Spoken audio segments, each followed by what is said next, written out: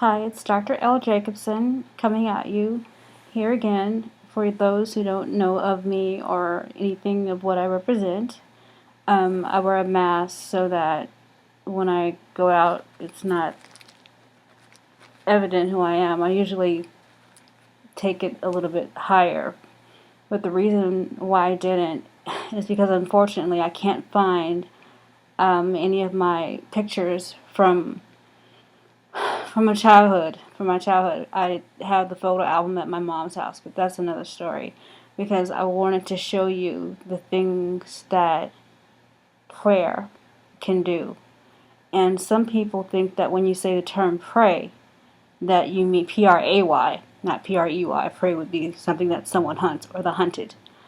That it means to go into supplication, not even supplication, but it means to go into commune or communicate with the Most High.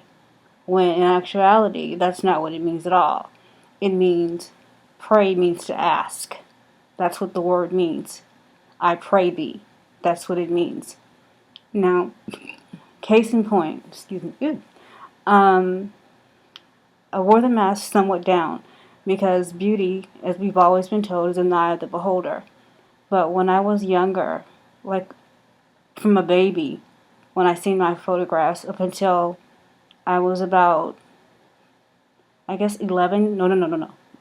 From when I was born till the time I was about 8 or 9 years old, I was the cutest kid you ever wanted to see. And then something happened that's too long and arduous to get into, took place, and I took a change for the worst. And a physical change, meaning an aesthetic change for the worst. I gained an insurmountable amount of weight, and I mean, you have to admit it. I mean, it has to be admitted. I was ugly. My mother won't even. I mean, she's my mother, so what's she gonna say? Oh no, you weren't. But of course, I see the pictures. I know that I was. I was fat. I was ugly. I was overweight. I was horrible. I was that kid that everyone not only talked about, but they hated me in school. And I changed schools from fifth to eighth grade, from first to fourth. So I went to first to fourth at a school that was wonderful. And then when I went to fifth grade, my mother worked at a clinic in Watts, and she had to place me in a school, which was a private school, a parochial school across the street from her job. And these kids acted like they were from Watts. They did. There's no other way to put it. So, in a nutshell, they called me names. It's one thing to talk about someone who's ugly, and I was, but it's another thing to do it and hate the kid. I mean, they hated me. And I remember seeing, and I'm just being totally honest, certain women, and I just prayed. I said, oh God, if only I could just be as beautiful as that person. And the people that I looked at, the women who I looked at, I would just look at these magazines, Right On magazines, Essence, and different things like that. And I thought LaToya Jackson was one of the most beautiful women had ever seen. Jane Kennedy, of course, hands down. And also Vanity, Denise Matthews of the group that Prince organized, which was the Vanity Six. And I just thought these women were so beautiful. And there weren't a lot of black women at that time in entertainment to look at who were beautiful. I mean, magnificently beautiful. And I remember believing and having faith and praying, oh God, please let me be beautiful like these women. And I started praying, and I've always had a really close relationship to the Most High, even when I was very, very young, because I went through a lot. I had a tumultuous childhood that I often talk about in terms of its turmoil, but not in what sense these things took place. And I'm certain that I will at some point, but just not at this point. That's why I basically only use my first initial, Dr. L. Jacobson. So right at this point, right now, I just basically wanted to do two things, and because I can only do 15-minute segments, I'll break them up. And the first one is going to be to introduce to you how these things manifest. Now, the first part is a ritual that the Most High, often referred to as God, which we'll talk about how that term came about and how it's so vastly used and vastly accepted, and why. Because God has no name.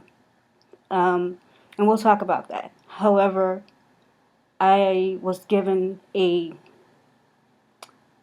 ingredients. I was given, what can I call it? I was given something that's called Zenith. And in the Merriam-Webster's dictionary, Zenith is defined as primal, or the peak, what's on the top, the first, that sort of thing. And that is what I had been given by the Most High. And basically what happens is this. I'm going to show you, so I'm going to move the camera around and show you. If I can do so, I'm going to just do it manually here. Okay. Let me see how I can do this. I turned these pictures around. So these are actually photographs. Okay, so this is the first picture. This is the second photograph.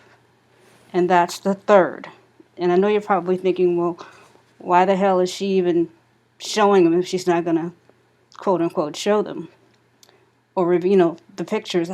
And the reason why is because each one of these pictures contains the manifestation of the things that I want. And there are actually 4 things, but only 3 could actually be put in photograph form.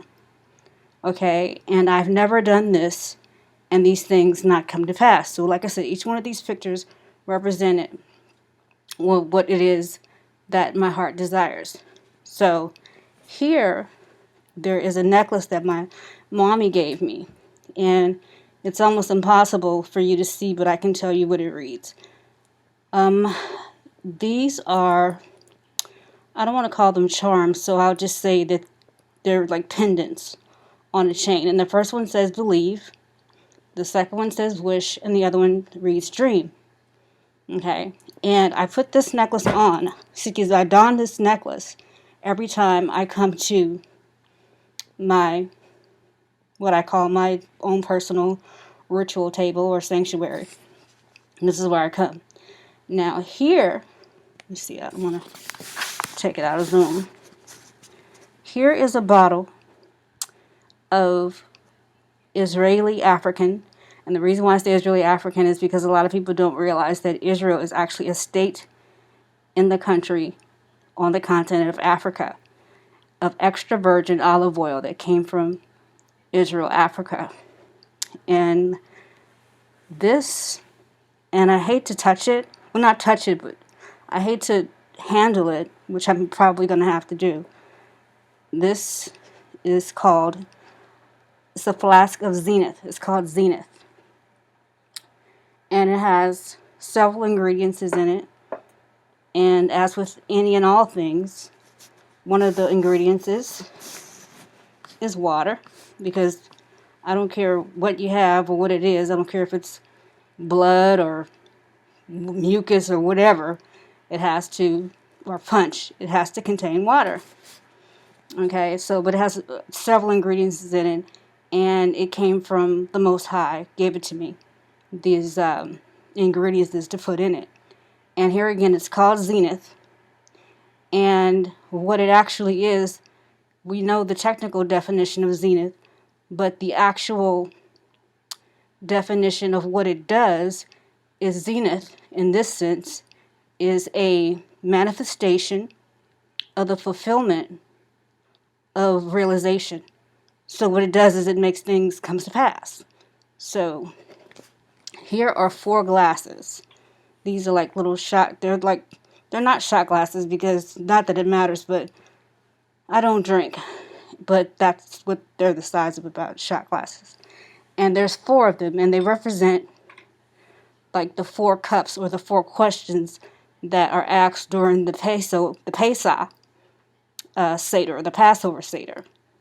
And what happens during Pesach, or the Passover Seder, is that a child asks 4 questions, and the person who's leading the Seder answers those questions during the Pesach Seder. So my 4 questions, which represents each one of these glasses that I capsize because I don't want dust to get into them, for sanitary reasons, of course. They represent those 4 questions. So everything that I want to come to pass, I will beseech God for it after I have not filled it to the brim, but put a generous amount of Zenith into the glass. And I bless this. Well, actually, God blesses the Zenith when I'm pouring it into the flask via me as a conduit. And as I ask for each thing that I am desiring in my heart, I then drink the glass in its entirety. Then I'll take the second one and ask for what it is that my heart desires. And then do the third, and then so on and so forth. And then when I'm done, I'll meditate or whatnot. And all day long, these things that I want are here, and they will remain here, and I'll continue to ask for these things. I'll beseech God for these things until they're fulfilled, until the request for what it is that I want has been fulfilled. And then I'll change the question or change what it is that my heart desires on that particular, for that particular glass or my supplication to beseech God. So that this is my little area where that happens. And this mask is getting really hot. I never worn this one. I call this my Aflac. I'm getting tired of bending. And so I call this my Aflac mask or veil. And I usually do wear a veil.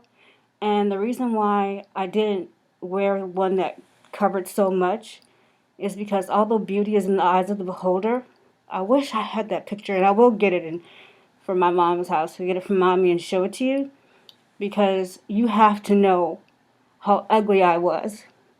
And I know everyone goes through changes, but this is a change that I know that only God Himself could do. That only God Himself could be kind enough to make such a metamorphosis. And you could say, oh, well, she's not that attractive, or what is she talking about?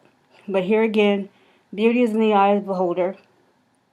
But if you were to see the metamorphosis that took place from where I've been, or what I was, from weight to aesthetics, you'll see that it has been a dramatic change, and this is beauty personified in relation to what I've come from. Physically, that is. I mean, I was overweight, and I went on what's called Dick Gregory's Bohemian diet. And when I went on Dick Gregory's Bohemian diet, I stuck to that, and it worked wonders. And I have done everything that I possibly can and could to keep it off. And food has never really been my thing, so it hasn't been that difficult. And now I'm a kosher vegan, so that makes it easier too. And I definitely eat to live. I don't live to eat. But I mean, everyone has their Achilles heel. You know what I mean? So it's definitely not that. I wear eye makeup, and I wear gloss for moisturizing of my lips, but I don't put any type of base or foundation or anything like that on my face, because God blessed me to have really, really nice skin. I have really beautiful skin. It's almost without flaw, like no blemishes or anything like that. It's pretty much one tone. I don't wear foundation, anything like that. Just eye makeup. And God has been good to me in that sense. And please, always, always, always be careful what you ask for. And it's not that I'm being selfish that I won't reveal the contents of Zenith, which is here again a manifestation, the fulfillment of realization to make things come to your desires, come to your heart's desires come to pass. But it's more because of the fact that you have to be careful what you ask for, because what you want today might not be what you want tomorrow. And I can guarantee you what you want today won't be what you want 10 years from now. And every single prayer goes answered. No prayer goes unanswered. All prayers are answered. On some level, your prayers will be answered. And think about what I'm saying. If you ask me a question and I say no, your prayer has been answered. But if you want your question to be answered favorably, make certain that you stay with the Most High.